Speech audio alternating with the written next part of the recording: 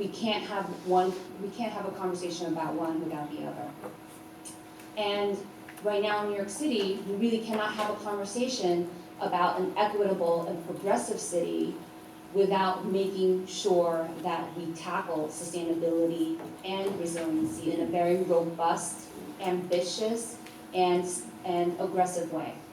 And why? Because as you heard from the two previous presentations, the impacts of climate change are falling disproportionately on low-income communities and communities of color, period. So we have to address that as a city. Now, in 3 days, we're going to have this historic march. New York City is going to be host to this historic People's Climate March. New York City is going to be host to this historic summit, UN summit, where world leaders will come and talk about climate change. But there's a lot that we can do right here in New York City, and there's certainly a lot that New York City has already been doing. So the League is working hard to make sure that New York City remains a leader in these issues.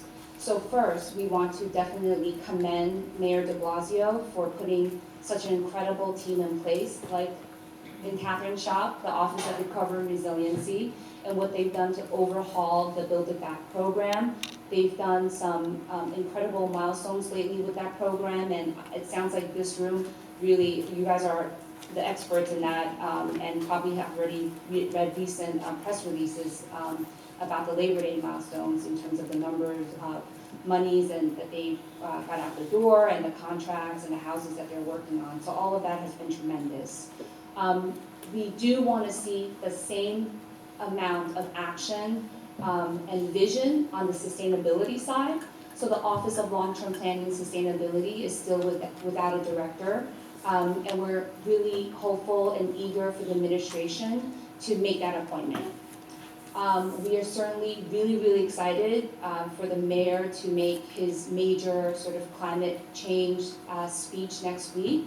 What we hope is where he's going to share with us his vision for the city. How is he going to make sure that New York City is reducing our carbon footprint while preparing for extreme weather events? And I should note here, because a lot of this focus of this conference is about sort of storm and flood preparedness, but in terms of extreme weather events, I think there's also a lot of the recent study shows that it's actually extreme heat that's where the city is the most vulnerable, on top of the sort of urban heat island impact, that it's the heat that's actually going to cause the most sort of damage in terms of our residents in the city, which is something that, this summer we haven't really had to deal with, this unusually cool summer, but as a matter of sort of science, in fact, that's been out there.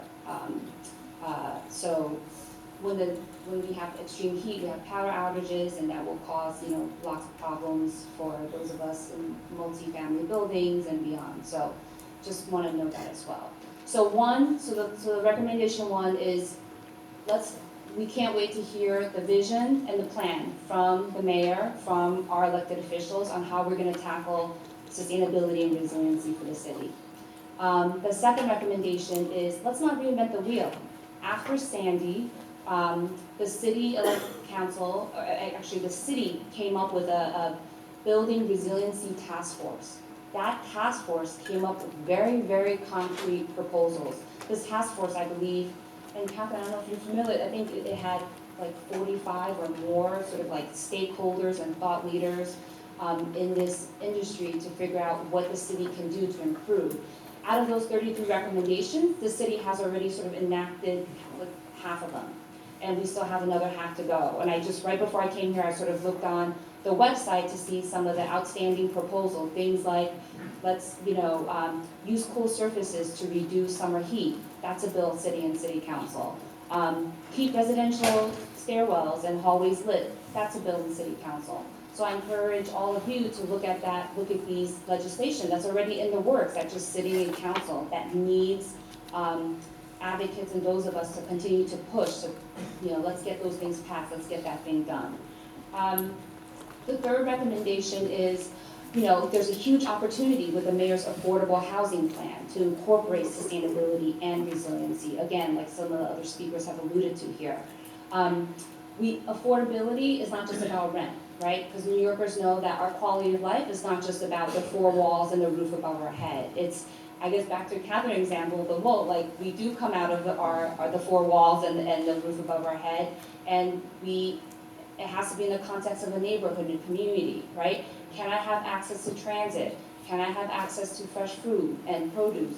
Can my kids cross the street in a safe way? Do they have a place to play in the park and green open space?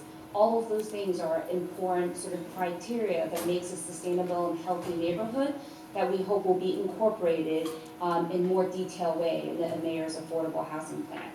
My last recommendation, and I'm getting the stop sign soon, is this: engage. Okay, engage. You guys are the experts. Those of you in the room are the experts, and we're the ones that are at City Hall, out in the communities, trying to really make sure that our elected officials don't forget about these issues and continue to pass bills, fund these things, and all of this stuff requires political will. And we have to sustain that by staying organized. Thank you.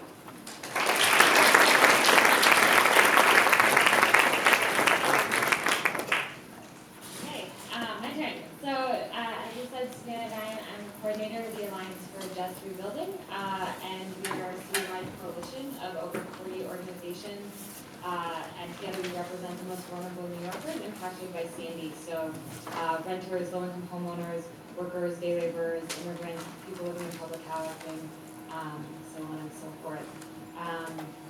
And so we've been working for a long time since the storm, basically, to sort of push forth an agenda that asks that, you know, it's not okay just to get folks back to where they were if they're in sort of shitty situations, but to actually address the underlying